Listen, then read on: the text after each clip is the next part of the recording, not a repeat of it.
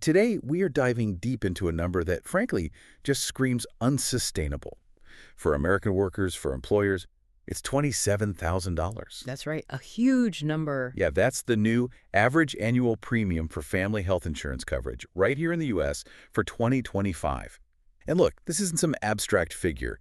This cost, it directly hits something like 154 million Americans under 65. Basically, anyone who gets their health coverage through their job. Mm-hmm. The vast majority of non-elderly coverage. Exactly. So we just have to pause for a second, really register the scale of that. Almost $27,000, just the sticker price for family health care for a year. Okay, let's unpack this right away. What does this number really mean? And maybe more importantly, how does that rate of increase stack up against, what the rest of us are seeing in our paychecks? Or just paying for groceries? Well, that number, 26,993 or less, to be precise, it isn't just high in isolation. It signals, like you said, a velocity problem. The latest KFF survey data shows this figure is up almost exactly 6% in just the last year, 12 months. 6%, okay.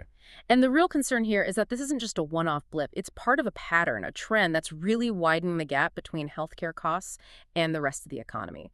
We saw similar jumps, actually slightly higher, around 7% in both of the 2 years before this one. Wow, so 3 years running at 6-7% increases. Pretty much. And critically, this latest 6% jump in premiums, it significantly outpaced general inflation. Inflation was hovering around, 2.7% over the same period? Right. And it also outpaced average wage growth, which was closer to 4%. Okay, so that's the key. Costs going up faster than inflation, faster than our paychecks. Exactly. When the cost of insurance consistently grows faster like that, the financial pressure, it ramps up very quickly. On the company paying most of the bill and on the employee paying their share, it becomes untenable. It really does sound like we're chasing something unsustainable here. So our mission today for this deep dive is to figure out why. Why is this happening? We're going to dig into the specific things driving costs up here in the U.S., pharmacy, new drugs, hospital pricing pressure. Then we'll zoom out a bit, see how broader global inflation fits in. And finally, we absolutely have to talk about a massive policy issue that's looming over the individual health market. The whole situation with the Affordable Care Act subsidies. It's a big one. A potential cliffhanger, for sure. Definitely. Okay, so let's shift focus for a minute to the burden itself. We've established the average family premium is nearly $27,000. Now, employers pay the bulk of that, right? The lion's share. Sure. And that's a huge cost for them, obviously.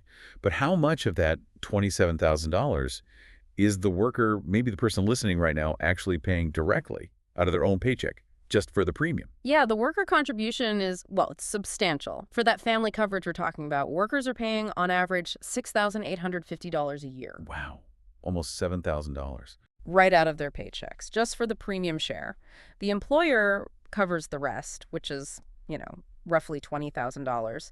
But that $6,850 coming out of your pocket before you even step foot in a doctor's office, that's a real foundational financial strain for a lot of families. Absolutely. But wait, we can't just stop at the premium, can we? I think because that's only part of the story, part of the out-of-pocket cost. Not at all. That's just the entrance fee, in a way. We have to look at the other side of the coin, which is the rising use of cost sharing. Things like deductibles, and those are climbing even faster.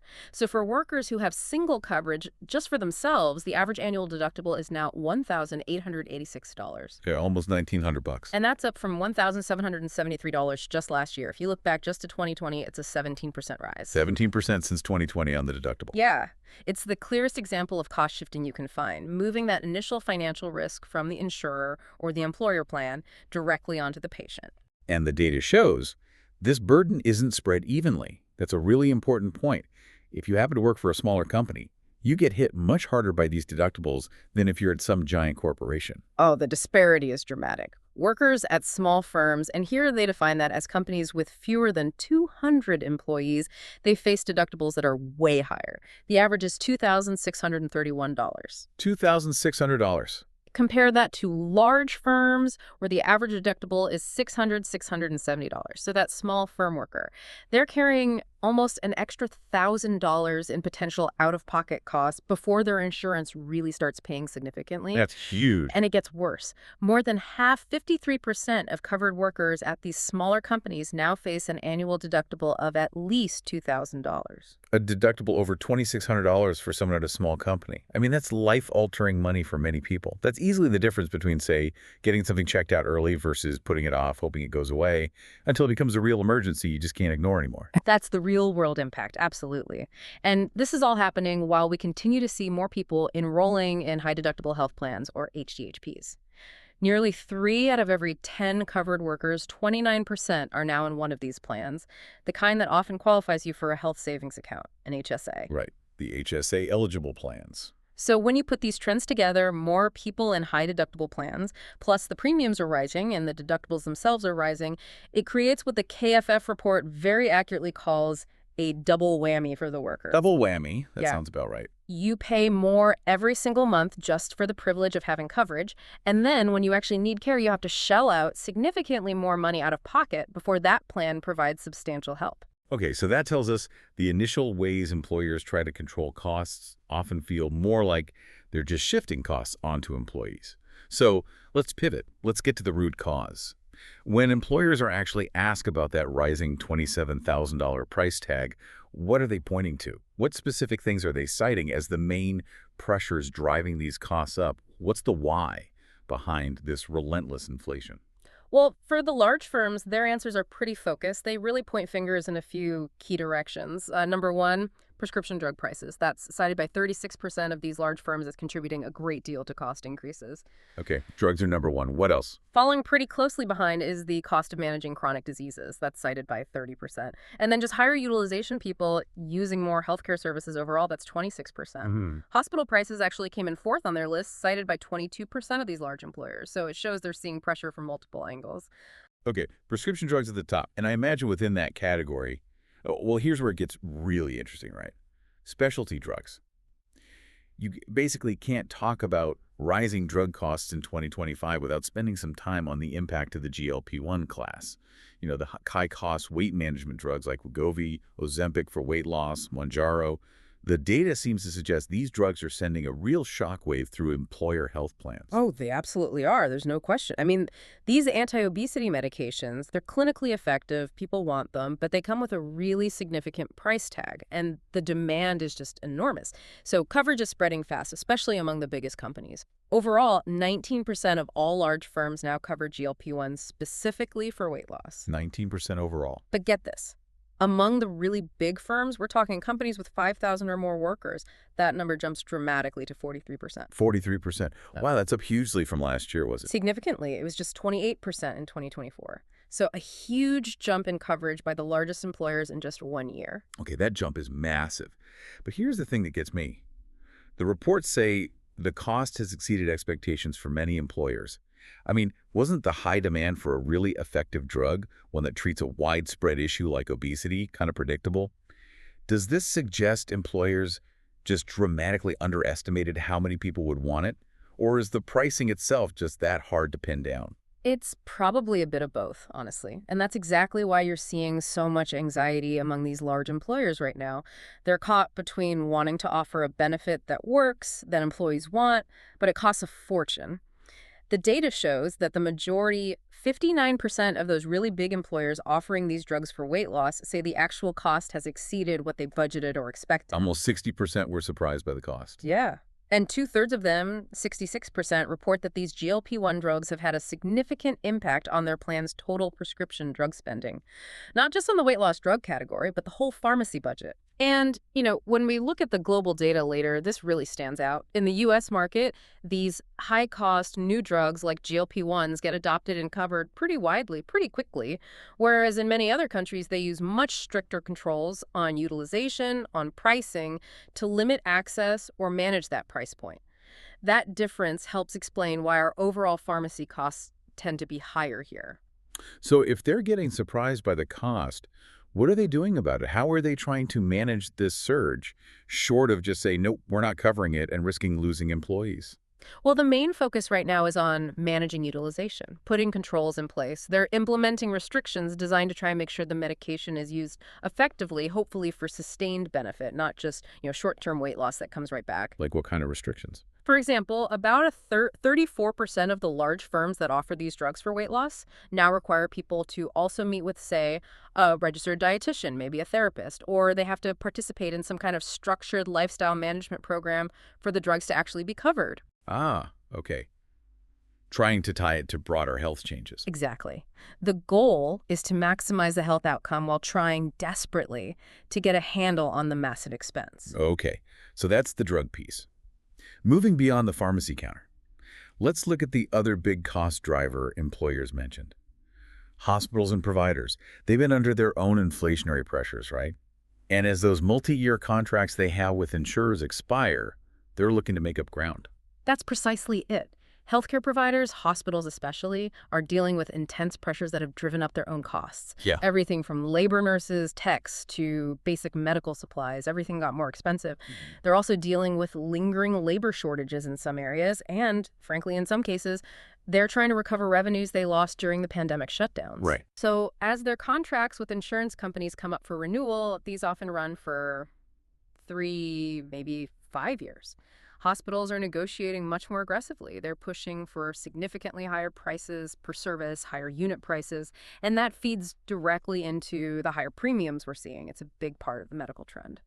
And what about the utilization side from the pandemic? Are we still seeing effects there? We are. We definitely have to consider the lingering effect of the pandemic on how much care people are using.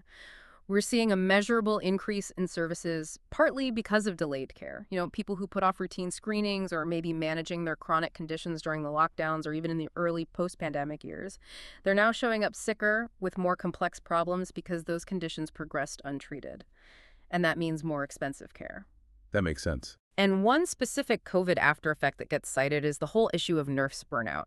It led to staff shortages, which forced hospitals to rely really heavily on expensive traveling nurses, temporary staff, and just paying much higher wages and bonuses to keep the staff they had.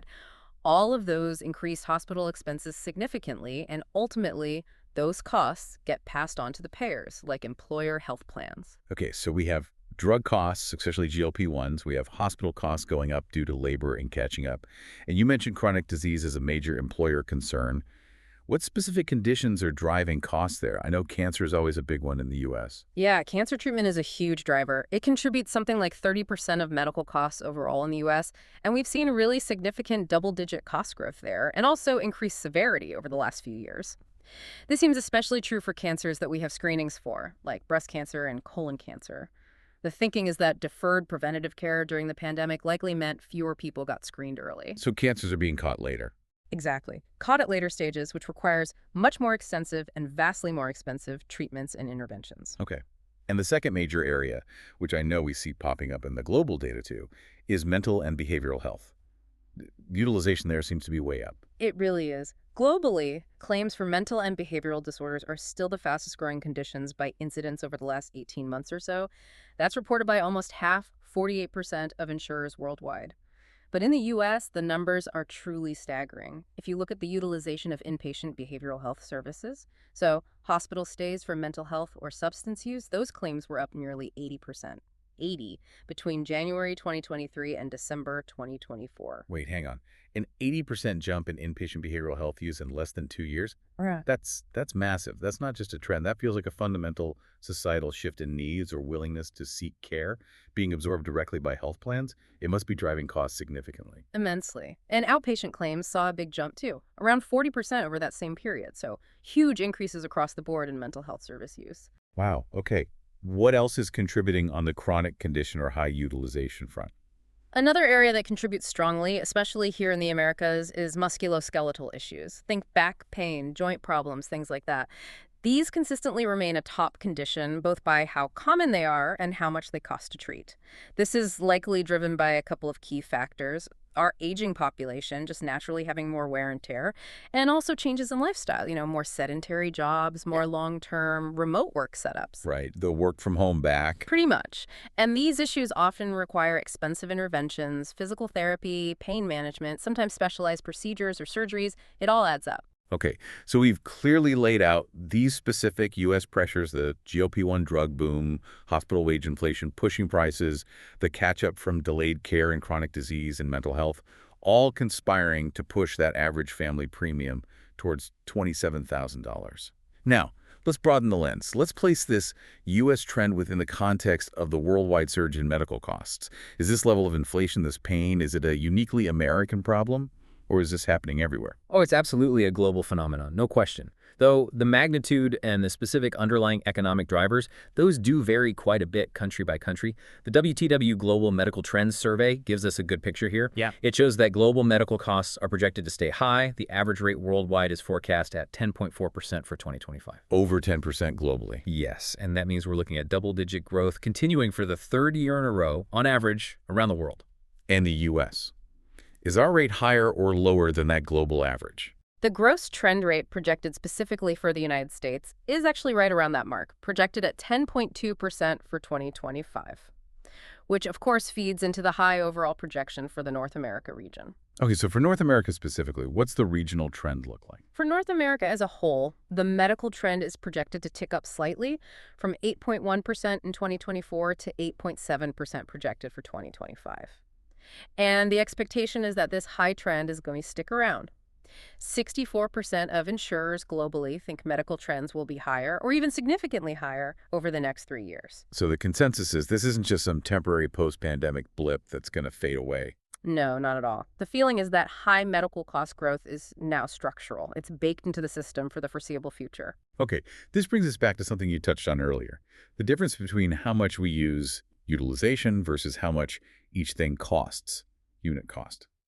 If the whole world is seeing roughly a 10% trend, but we end up with a $27,000 family premium, what's the single biggest difference between the U.S. and everywhere else that explains the sheer scale of our cost problem? It really boils down mostly to pricing, or maybe more accurately, the lack of centralized pricing leverage in the U.S. system.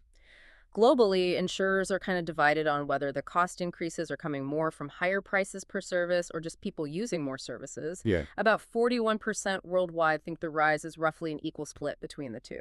Okay, almost half think it's both price and usage. But when you zoom in specifically on the Americas, only 30% cite an equal split. That suggests that the dynamic here in the U.S. puts a much heavier emphasis on unit price increases, what we actually pay for a single drug, a single procedure, a single hospital day.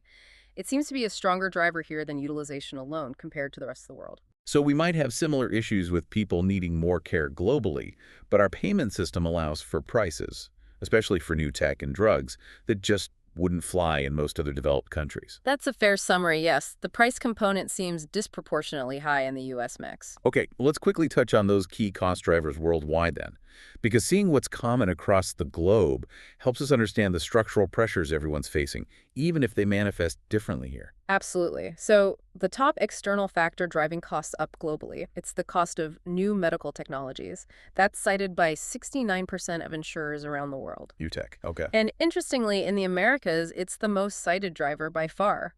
A massive 88% of insurers in our region point to new tech costs as the top concern.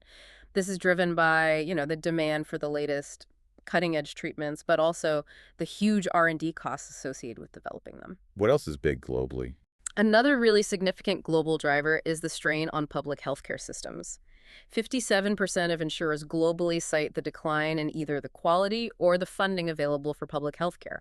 What happens is, as public systems struggle, maybe wait times get longer, maybe they're understaffed or under-resourced, more people turn to private medical plans if they can. And that increases demand and cost pressure on the private insurance market everywhere. Right, shifting demand.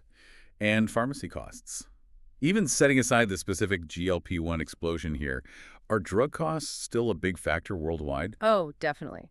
1 in 5 insurers globally, 21% expect substantial increases, like 15% or more, just in pharmacy costs over the next 3 years.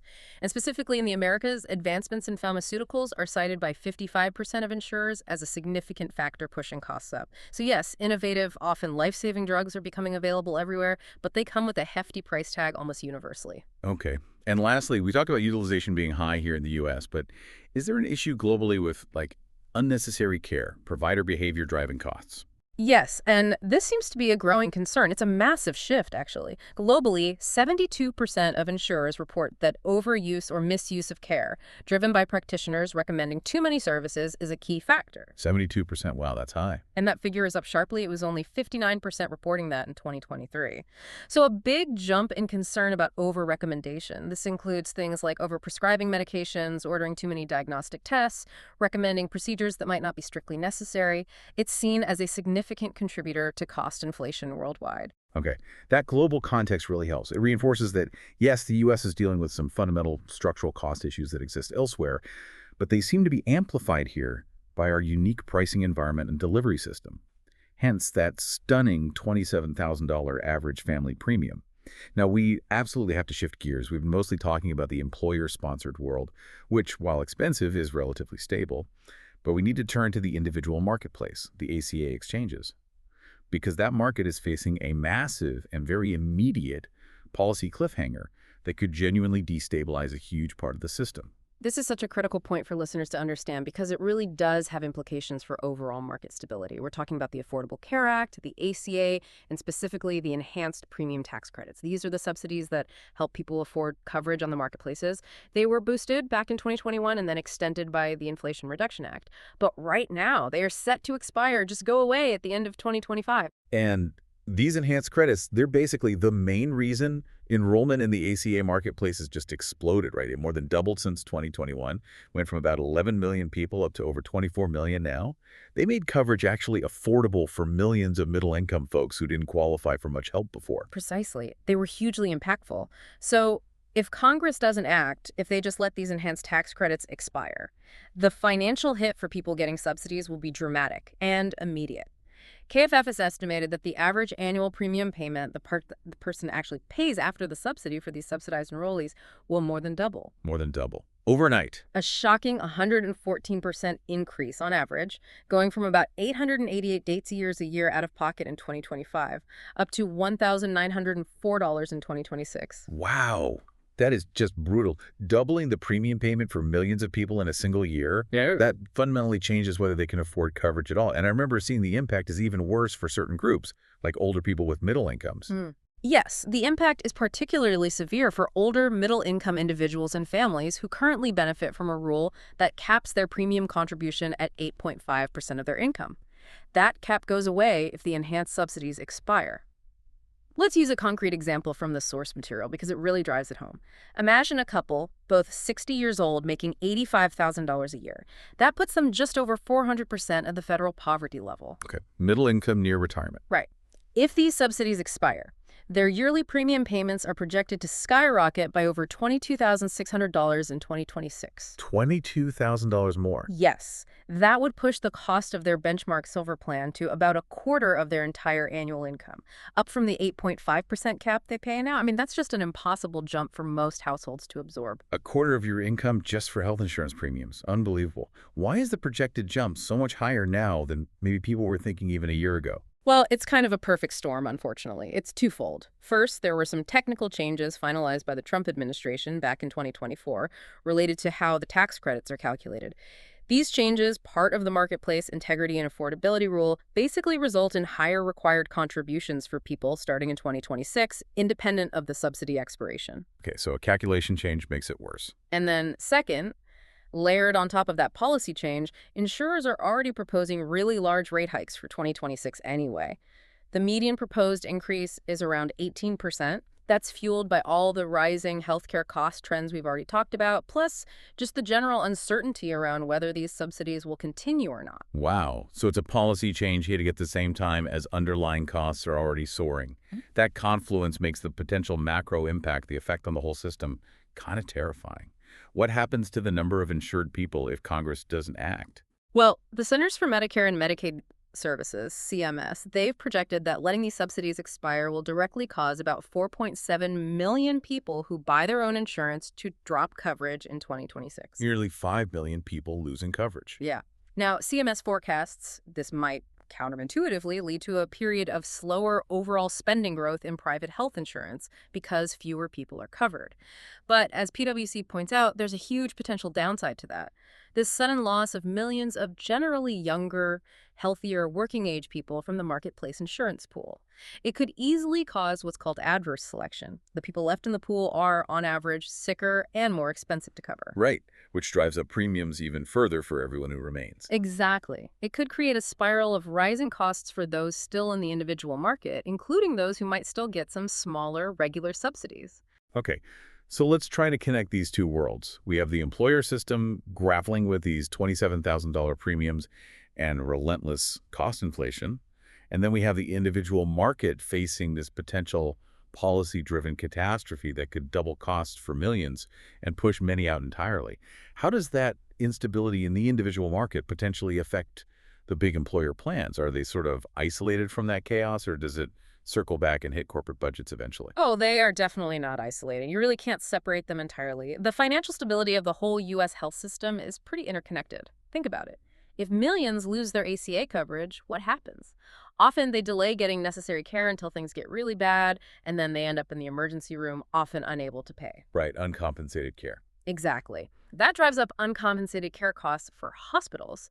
And how do hospitals cover those costs? Well, largely by negotiating higher prices with their commercial payers, which means, The employer plans end up footing part of the bill for the uninsured. in effect, yes, it gets absorbed into the overall cost structure that leads to that $27,000 premium.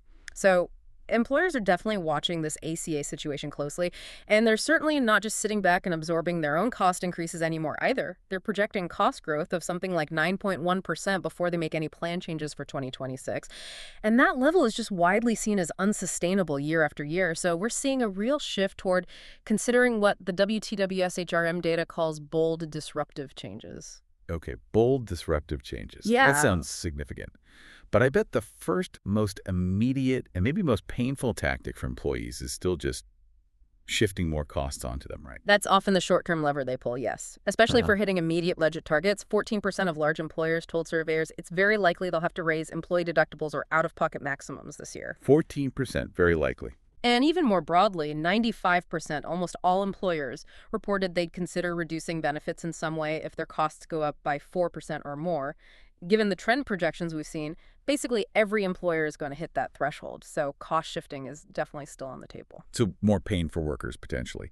What else is in the employer playbook beyond just making employees pay more upfront? Well, they are getting more sophisticated about proactive management strategies, really trying to target those high-cost drivers we talked about earlier. The Marsh-McLennan WTW strategy documents focus heavily on two main areas. One is managing the small percentage of people who account for a large share of costs, the high-cost claimants.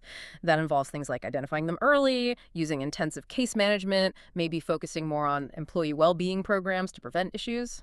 Okay, managing the super users? And the second big focus is managing specialty drugs, especially those high-cost biologics and now the GLP-1s.